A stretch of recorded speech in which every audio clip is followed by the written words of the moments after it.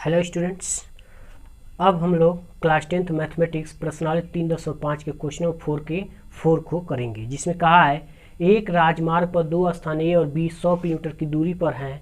एक कार ए तथा दूसरी कार बी एक ही समय पर चलना प्रारंभ करती हैं। यदि ये कारें भिन्न भिन्न चालों से एक ही दिशा में चलती हैं तो वे 5 घंटे पश्चात मिलती हैं। यदि वे विपरीत दिशा में चलती हैं तो 1 घंटे पश्चात मिलती है। दोनों कारों की चाल ज्ञात करो।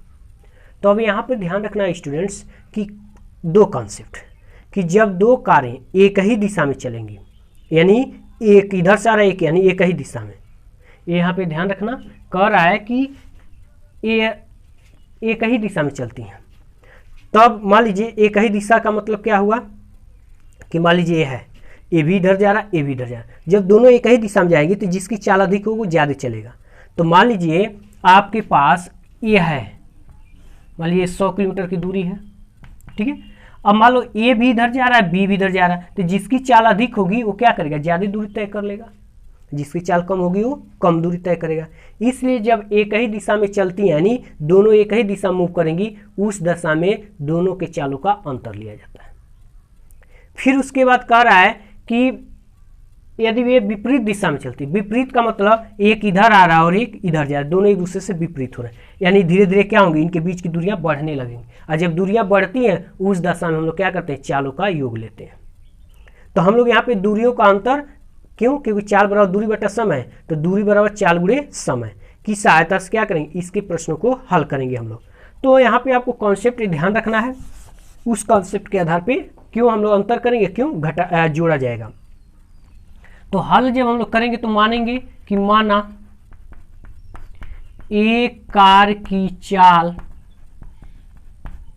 x किलोमीटर प्रति घंटा तथा b कार की चाल y किलोमीटर प्रति घंटा है। अब प्रश्नानुसार एक कार द्वारा चली गई दूरी, तो दूरी बराबर चाल गुणे समय, ये आप फार्मूला जानते हैं। तो चाल इसका x है, एक ही दिशा में जो चला तो कितना समय लग रहा है, कितना समय लग रहा है आपका, इसमें कहा है कि जब एक ही दिशा में चल रही हैं तब उनका कितना समय लग रहा है, 5 घंटे। तो 5 यानी 5x तथा बी कार द्वारा चली गई दूरी, तो यहाँ भी चाल गुणे समय। तो अब बी का चाल कितना है, y, ये भी कितना समय चलेगा, 5 घंटे, तो ये 5y।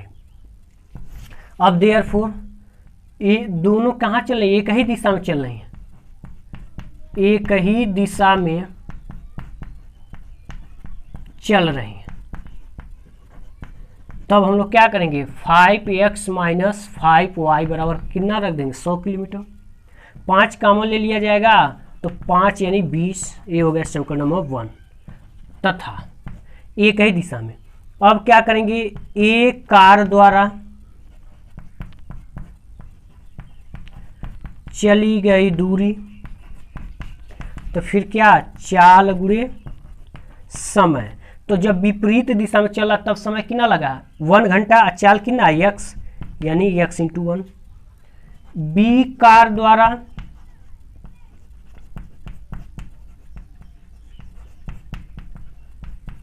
चली गई दूरी, तो यहाँ भी चाल गुणे समय। इसका चाल कितना, बी का y, ये भी कितना चलेगा, 1 यानी y। अब देयरफॉर ये कह रहा है विपरीत दिशा में है, तो जब विपरीत दिशा में है तो अब क्या किया जाएगा, दोनों के दूरियों का योग करके बराबर 100, इस समीकरण नंबर 2।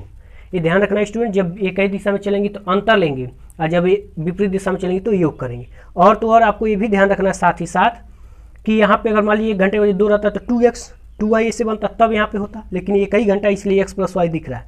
अब समीकरण 1 और 2 को हल किया जाए, समीकरण 1 और 2 से तो कितना है, एक्स माइनस वाई बराबर 20, ये 1 है, एक्स प्लस वाई बराबर 100।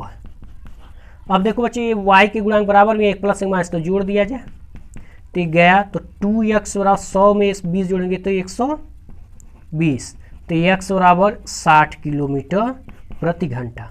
अब x का मान क्या किया जाए, समीकरण 1 में रखा जाए, तो x का मान, ठीक है, x मान समीकरण में, x का मान समीकरण 1 में, तो x का मान समीकरण 1 क्या है आपका, x माइनस वाई बराबर 20, तो x का मान आया कितना 60 माइनस वाई बराबर आपका आया है कितना 20, यही तो समीकरण, x को जब पर रख देंगे कितना 60 और y रह जाएगा 20, तो अब ये माइनस वाई बराबर 20 माइनस 60 तो कितना हो जाएगा -40, तो y बराबर 40 किलोमीटर प्रति घंटा।